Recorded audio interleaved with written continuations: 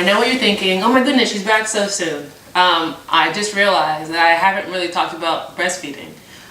So she's 9 months now, and I've been breastfeeding the whole time, with the exception for the small part at the beginning where she couldn't latch, and they had to put her on formula for about a day, and then I was doing both formula and breastfeeding for 2 weeks, and then I just stopped using formula. Breastfeeding is a struggle, but I will tell you this, it helps me sleep at night because I don't have to get up and make a bottle.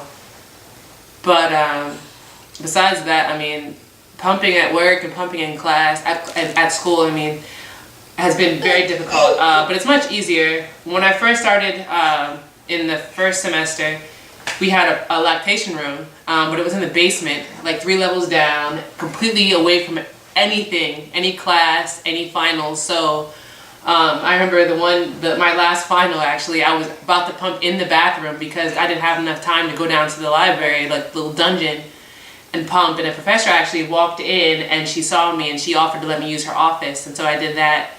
And when I came back the following semester, they had changed the location, most likely because that professor complained about how difficult it was for students. But I mean, at first I was pumping every 2 hours, and then it took like 30 minutes. I was overproducing, so I was making about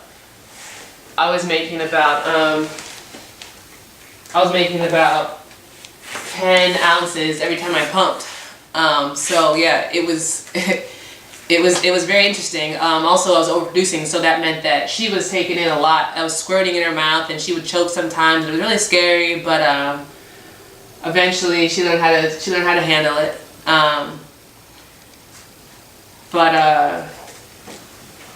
I remember after the semester ended, I was home for 2 weeks, or I was home for a week, I think, before I had to go into my internship, and I was just breastfeeding, and after that she didn't want to go back to the bottle, so that was a struggle, trying to get her to take a bottle again before I went back to work.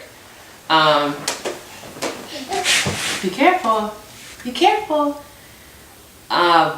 But she eventually took it, and so she was fine. So she was I think for the first 3 weeks I was just breastfeeding. Besides those, actually no, I guess only for 1 week or 2 weeks was I exclusively breastfeeding, because for the first 2 weeks, like I said, I was supplementing with formula. So she has been able to go back and forth between the bottle and the breast for a long time.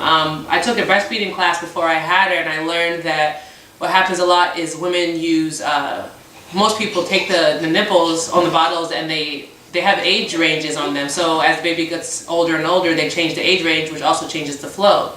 Problem is, your breast flow doesn't change. So when it's making it easier and easier for them to take the bottle, then they start not wanting the breast anymore. So sometimes they start rejecting you.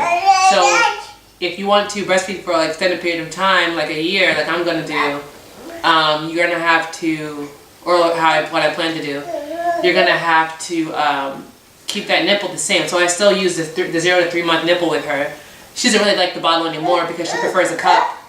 And as she's gotten older, she also doesn't want to breastfeed as much. So she only usually breastfeeds at lunch and then at nighttime, or right before her nap and then at nighttime, which made my production level go down.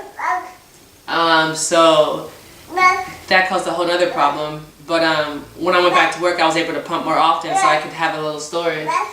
I found out that she was allergic to soy when she was around 6 months old, so all the milk that I had in storage now I can't use because it all has soy. And if you didn't know, soy is in everything.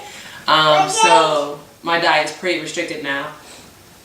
But it's all worth it. I mean, at the end of the day, even the prenatal vitamins that you take while you're breastfeeding, they have soy in them, so you have to find ones that don't have it. But I would say that pumping was the most difficult when you have back-to-back classes.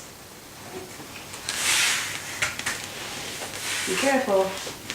When you have back-to-back classes and there's no real break in between, and when you do have a break, you pretty much have to choose between eating lunch or pumping, and of course pumping wins, so sometimes you just go hungry unless you pack, which I should, because my diet is so restricted, but sometimes I didn't, so I miss my meals. But I mean, breastfeeding is no joke. I know someone who she planned on breastfeeding, and I think she made it 3 weeks, and she stopped because it's just very difficult. I had a really hard time at the beginning like I said, she wouldn't latch, and then when she did latch, she couldn't latch properly, so I was bleeding, and I had a nipple guard to protect my breast, my breast from the pain, until she figured out how to do it, which was about 3 or 4 weeks in. And let me tell you, it was not easy, but now it's much easier.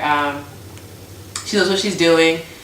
She even she knows how to get to it at nighttime. So when I pick her up to feed her at night, she just waits for me to pull my shirt up and then just pops on. And when she's done, she stops, and then I put her back in her crib. So if you can make it through the first month, then I'd say you can get as long as you can go as far as you want with it. Just remember to continue eating healthy, because I mean you burn a ton of calories when you're breastfeeding, and I mean if anyone can do it, it'd be the new fad diet, as the number of calories that you lose. Be careful. But yeah, so then I also, like when I make her food, instead of putting water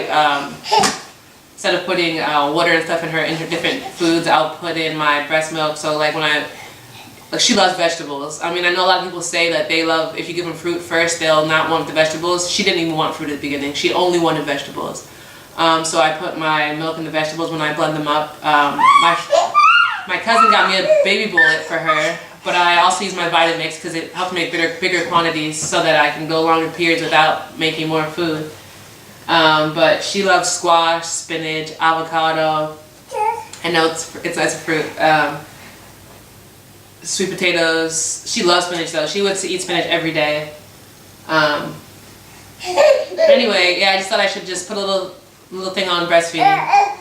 And if you want to do it, good. If you don't want to do it, it's your decision. You know, don't let anyone force you to do it. Don't let anyone make you feel bad for not doing it. Don't let anyone try to shame you for doing it. I've had that happen once. They didn't do it to me directly because they knew better, but they did talk to someone else about it. My little cousin actually tried to shame me when I was in a store, and another woman came over and said, "It's okay." She told me it was all right. Don't be afraid to feed her in public.